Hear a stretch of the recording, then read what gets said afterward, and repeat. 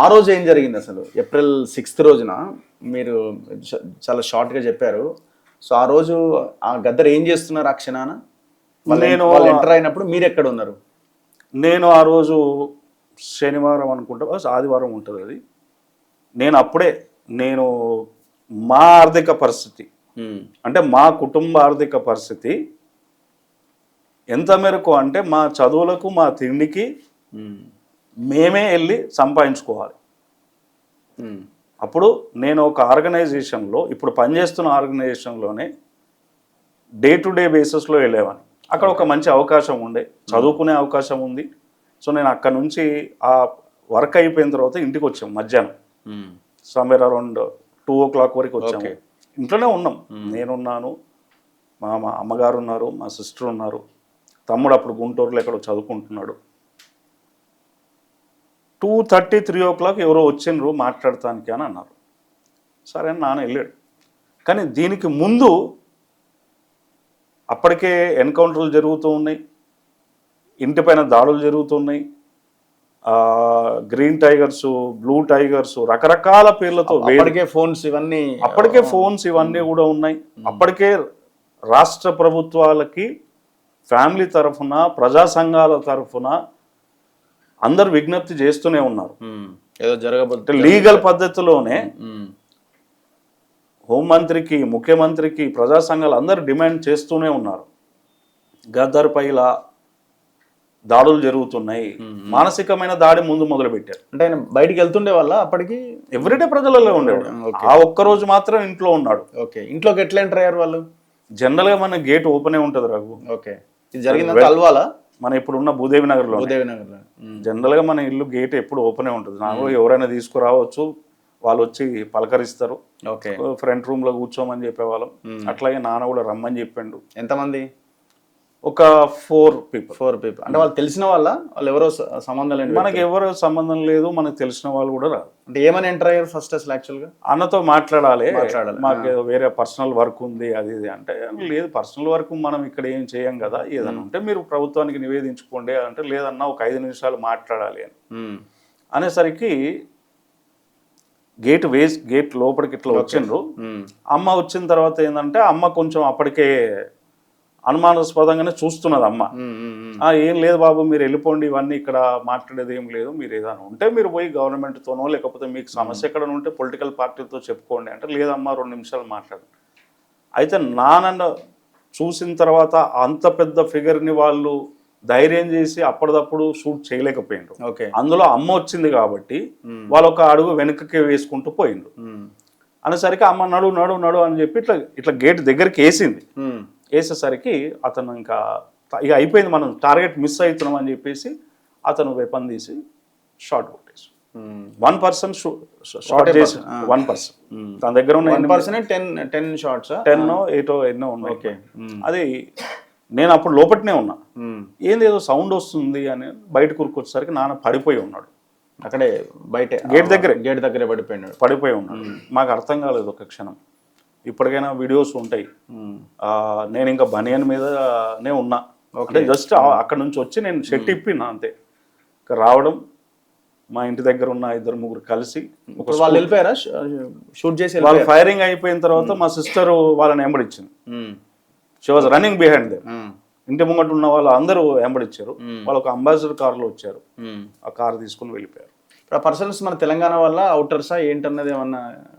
మొత్తానికైతే ఒక రాష్ట్ర ప్రభుత్వం ఒక సెట్ వేసిండ్రు, రకరకాల ఎంక్వైరీలు అన్నారు, ఫొటోస్ చూపించిండ్రు, చాలా డ్రామా చేసిండ్రు. అసలు ఉమ్మడి ఆంధ్రప్రదేశ్ కాబట్టి ఆ మొత్తం డ్రామా చేసిండ్రు. జనరల్గా ఇప్పుడు జరగానే ఒకటి తయారు చేస్తారు కదా, మీరు చూసిండ్రా, పెట్టినరా, చేసిండ్రా, కేసు దాదాపు 25 ఏళ్ళు కోర్టుకు వెళ్ళడం, పోలీస్ స్టేషన్ల చుట్టూ జరగడం. అసలు ఎవరినైనా అరెస్ట్ చేశారా? పర్టికులర్ కేసు ఎవరిని అరెస్ట్ చేయలేదు. Not even single person was arrested for last 27 years. Still Gaddar was alive. So Telangana వచ్చిన తర్వాత ఆ కేసు మళ్ళీ హైకోర్టులోకి వచ్చినప్పుడు గవర్నమెంట్ ఒక వాళ్ళ తరఫు నుంచి ఒకటి పెట్టిండ్రు, ఎంక్వైరీ చేసినాము, ఫైరింగ్ జరిగినది వాస్తవం, గద్దర్ పైన ఎంక్వైరీ చేశాము, కానీ వాళ్ళెవరో అన్డిటెక్టెడ్ అంతే. అంటే కనుక్కోలేకపోయాం. సో ఇది ఒక భారతదేశం ఒక వ్యవస్థ. అంటే లిటరల్ గా క్లియర్ అర్థమవుతుంది కదా, పొలిటికల్ గవర్నమెంట్ చేసిన అటాక్ అని క్లియర్ అర్థం. డెఫినెట్లీ కదా. ఇప్పుడు అది ప్రజలందరికీ తెలుసు. అది ఇప్పుడు మేము చెప్పినా చెప్పకపోయినా ప్రజలందరికీ ఏం తెలుసు, ఉమ్మడి ఆంధ్రప్రదేశ్లో అనేక మందిని పొట్టన పెట్టుకున్న ఆంధ్రప్రదేశ్ ఇది గదరన్నపై కూడా ఎవరు చేసిరు అనేది చెప్పకనే ప్రజలందరికీ తెలిసిన విషయం. సో తన తర్వాత తను వెంబడించింది, వాళ్ళు పారిపోయినారు, వాళ్ళు వెళ్ళిపోయినారు. తర్వాత మీరు అక్కడ నుంచి పడిపోయిండు నాన్న. ఇంకా అమ్మ వాళ్ళు లేపిన తర్వాత ఒక స్కూటర్ ఉండే మా దగ్గర. మాటలు బంద్ అయినాయా? మాట్లాడుతూనే ఉన్నాడు నాన్న. అంటే మీకు కనబడుతున్నాయి బుల్లెట్స్ ఎక్కడెక్కడ దిగినాయి అని, బ్లడ్ అంతా మొత్తం. ఇక ఇప్పుడు ఇక్కడ ఫస్ట్ షాట్, సెకండ్ షాట్ ఇక్కడ చెయ్యి మీద ఇక్కడ ఉంటది, థర్డ్ షాట్ అట్లా 6 bullets. అంటే చాలా మంది చరిత్ర తెలియక ఏంటంటే 5 bullets కొట్టిండ్రు, 3 bullets కొట్టిండ్రు అనేది. నేను యాక్చువల్గా మీకు అది పంపిద్దామని కూడా తీసుకొద్దాం అనుకున్నా. 6 bullets షాట్ అయినాయి, 5 bullets తీసేసిండ్రు. ఒక్క బుల్లెట్ తన వెన్ను పూసకు చాలా దగ్గరగా ఉందన్నట్టు. అది ఢిల్లీలో అప్పుడు రక్షణ శాఖ మంత్రిగా ఉన్న జార్జ్ ఫెర్నాండెస్ గారు నాన్నకు చాలా దగ్గర. ఓకే. సోషలిస్ట్ భావాలు, పార్టీతో సోషల్ భావాలతో కలిసి పనిచేసేవారు కాబట్టి అనేక మీటింగ్స్లో ఇద్దరు కలిసి పార్టిసిపేట్ చేసింది. ఆయన డిఫెన్స్ మినిస్టర్గా ఉండడం వల్ల అతను మీరు ఢిల్లీకి రండి, ఇక్కడ మిలిటరీ హాస్పిటల్లో చేపిద్దామని అన్నారు. కానీ అప్పుడు ఎందుకో తన శరీరం అప్పటికే బాగా మొత్తం ఇక్కడ నుంచి దాదాపు ఇక్కడ నాభి వరకు 32 కుట్లు. ఇంకా తీయాలంటే ఆపరేషన్ అంటే అది మళ్ళీ వెనుపూసకు చేయాలి. సో ఈ రకంగా ఇప్పుడు హాస్పిటల్కి తీసుకెళ్ళిన తర్వాత మేము ఫస్ట్ స్కూటర్ మీద తీసుకొని లోతుకుంట వరకు తీసుకెళ్ళాం. అక్కడ ఒక హాస్పిటల్ ఉంది, వాళ్ళు చూసి మేము ఇక్కడ టేకప్ చేయము అని చెప్పేశారు. ఆటో మళ్ళీ ఈవినింగ్ 3-4 o'clock కదా, అప్పుడు పెద్దగా వెహికల్స్ లేవు మన దగ్గర. No vehicle, no rickshaw, no auto. Road మీద ఎవరో పోతుంటే ఆటోని ఆపి నాన్న అక్కడ కూర్చోబెట్టుకుని ఉన్నారు. అమ్మ మేమిద్దరమే ఉన్నాం. ఓకే. వచ్చేసిన తర్వాత ఆటోలో కూర్చున్నాక అమ్మ ఒడిలో ఇట్లా వండబెట్టుకుంది, నాన్న ఇట్లా ఆటోలో ఉన్నాడు, నేను ముంగట ఉన్నా డ్రైవర్ దగ్గర. డ్రైవర్ పక్కనే. జనరల్ గా సండే కదా, వాళ్ళు కొంచెం వేసుకునే ఉన్నారు. ఎవరు? Driver. That is common. So అక్కడ నుంచి గాంధీ హాస్పిటల్కి వచ్చినాం. అప్పటికి నాన్న చెప్తున్నాడు, నాకేం కాదు, అది ధైర్యంగా ఉండరు, నేను వస్తా అంటుండు. అయితే అప్పటికి as a son and young, I was just 18 years. 18-19 ఉంటాను. సో షాక్ లో ఉన్నా. అని ఏం చెప్తుండు, ఏంది అసలు, ముందు హాస్పిటల్ చేరుకోవడం అనేది లక్ష్యం. అంతే. అక్కడికి పోయిన తర్వాత ఇంకా చాలా మంది వచ్చింది. హాస్పిటల్కి వెళ్ళిన తర్వాత వాళ్ళు మందులు తీసుకోమన్నారు. అంటే నీకు కాటన్, డెటాల్ అని చాలా ఉంటాయి కదా ఇంజెక్షన్స్. డబ్బులు లేవు, ఏం లేవు మా దగ్గర. సో అతను దించి పారిపోయిండు. తర్వాత రియలైజ్ అయ్యిండు ఇది ఏదో కేసు ఉన్నట్టుంది అది అని. సో అప్పుడు అడిగేసరికి ఏం చేసినా అంటే అమ్మనేమో తన కొంగిప్పి ఇట్లా పట్టుకుంది. నాకు కర్చీఫ్ ఉండే నాన్నది, ఆ కర్చీఫ్ రక్తంతో ఇట్లా పట్టుకుని ఉన్నాం అన్నట్టు. ఎక్కడ? హాస్పిటల్ బయట, గాంధీ హాస్పిటల్. వాళ్ళు కాసేపు అని గుర్తుపట్టి అరే గదరన్నంట అని మెడిసిన్స్ ఇచ్చిచ్చాను. సో అక్కడ ఒక 2-3 hours పెనుగులాట జరిగింది. ఓకే. ట్రై చేసిండ్రు అప్పటికైనా నేను ఇక్కడనే ఏదో చేద్దామని. కానీ అక్కడ కూడా అప్పుడు డిలే కదా. ఇప్పుడు అక్కడ నుంచి ఒక you have to shift it to the. అవును. సో అక్కడికి వచ్చిన తర్వాత ఒక 3 hours తర్వాత అప్పటికి ఆంధ్రప్రదేశ్, భారతదేశం మొత్తం ఒక ప్రజలందరూ రోడ్డు మీదకి వచ్చి వేలాదిగా లక్షలాదిగా నిరసన తెలియడం మొదలైంది. ప్రభుత్వం వెనక్కి తగ్గింది. మళ్ళీ ఒక అంబులెన్స్ ఇచ్చి నిమ్స్ హాస్పిటల్కి తీసుకొచ్చారు. 3 hours డిలే అయింది అప్పటికే. డెఫినెట్ 3 గంటలు. మేము 7:30కి కానీ ఇక్కడికి రాలేదు, నిమ్స్కి రాలేదు. మేము చేరుకు రికార్డ్స్ ఉన్నాయి. By 4:35 we're in Gandhi. So ఇంత సమయం అంటే ఒక వ్యక్తి 6 bullets తన శరీరంలో ఉండి కూడా బ్రహ్మాండంగా చెప్తున్నాడు, ఏం కాదు బిడ్డ వస్తుంది.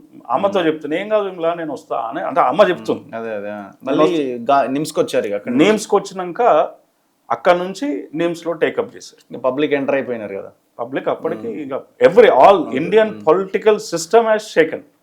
ఆంధ్రప్రదేశ్ అండ్ భారతదేశం మొత్తం ఒక్కసారి ప్రజల రోడ్డు మీదకి వచ్చి అగెయిన్స్ట్ ది గవర్నమెంట్స్, ప్రశ్నించే గొంతులను ఖతం చేయాలనుకున్న ప్రభుత్వాలు ఒక్క అడుగు కాదు 100 అడుగులు వెనక్కి పోయి అప్పుడు చాలా మంది పెద్దోళ్ళు ఆంజనేయ రెడ్డి లాంటి వారు వీళ్ళందరూ ఇన్వాల్వ్ అయిపోయి వాళ్ళు ప్రభుత్వంతో మాట్లాడి ఇప్పుడు ఆ రోజుల్లో సెక్రటరీగా ఉన్న కాకి మాధవరావు గారు, ఓకే, వారు ఆల్ ఇండియా మెడికల్ అర్జున్ రావు గారు అని రిటైర్డ్ ఐఏఎస్ ఆఫీసర్, వీళ్ళందరూ కూడా గవర్నమెంట్తో మాట్లాడి ఇమ్మీడియట్గా ఆల్ ఇండియా మెడికల్ సైన్సెస్ నుంచి డాక్టర్ సమరన్ నంది వీళ్ళందరితో మాట్లాడి ఒక టీం నెక్స్ట్ డే వచ్చారు వీళ్ళు. ఢిల్లీ నుంచా? ఢిల్లీ నుంచి ఆల్ ఇండియా మెడికల్ సైన్సెస్ నుంచి వచ్చారు. ఓకే, వచ్చి అక్కడ 8 hours 9 hours సర్జరీ జరిగింది. జరిగిన తర్వాత they said give us 1 week time, అప్పటి వరకు మేము ఏం చెప్పలేము, బయట మీరు ఏం ప్రకటన చేయవద్దు అని చెప్పారు. ఓకే. సో 9 రోజుల పాటు నీమ్స్ హాస్పిటల్ చుట్టుపక్కల మొత్తం ప్రజలు టెంట్లు వేసుకొని అక్కడే వంట వార్పు చేసుకొని తిని నిరసన తెలియజేసుకుంటూనే ఉన్నారు. అట్లా రాష్ట్రం మొత్తం దేశం మొత్తం అందరూ ఒక్కరని కాదు అందరూ కూడా పార్టిసిపేట్ చేశారు అన్నట్టు. సో అక్కడ హాస్పిటల్ నుంచి బయటకు వచ్చినాక నాన్న నేరుగా ప్రెస్ మీట్కి పోయి డైరెక్ట్ ప్రెస్ మీట్. ఎన్ని రోజులకు బయటకు వచ్చారు? 1 month. 1 monthకి డైరెక్ట్ ఎక్కడ ప్రెస్ మీట్? అక్కడే పెట్టిండ్రు. నిమ్స్ దగ్గర. నిమ్స్ దగ్గర ప్రెస్ మీట్ పెట్టి అక్కడ నుంచి ఇంటికి వచ్చి అక్కడ ఒక 15 days ఉండి then he left to West Bengal for a program. After 15 daysకి 15-20 daysకి వెళ్ళిపోయాడు. సో ఆ పచ్చి పొండు మీదనే వెస్ట్ బెంగాల్లో పెద్ద ప్రోగ్రామ్ జరిగింది. పార్టిసిపేటెడ్ ఇక్కడ. సో అది ఒక నేపథ్యం. అంటే భారతదేశంలో ఈ చైన్ సిస్టమ్, అంటే తన మీద జరిగిన దాడి ఒక ఫిజికల్ దాడే కదా, అంతకుముందు ఒక 2 సంవత్సరాల నుంచి మానసిక దాడులు జరుగుతూనే ఉన్నాయి అనేక సార్లు. ప్రీ ప్లాన్డ్, ఇంక అంతే, ఎవ్రీథింగ్ ఈజ్ ప్రీ ప్లాన్. లేపేయాలనేది వాళ్ళు డిసైడ్ అయిపోయినారు. అంటే అది ఈ వ్యక్తి ఒక్కడు లేకపోతే చాలు కదా, ట్రీట్మెంట్ డిలే చేసినా అయిపోద్ది అనుకున్నారు. అది కూడా జరగలే. సో అంబులెన్స్లో నాతో పాటు నేను, ఆ సిబ్బంది ఉన్నాము. ఇంకా మాకు పరిచయం ఉన్న బాగా దగ్గర ఉన్న పట్టాభి గారని, వేములపాటి పట్టాభి గారు అని చెప్పి ఆయన లాయర్.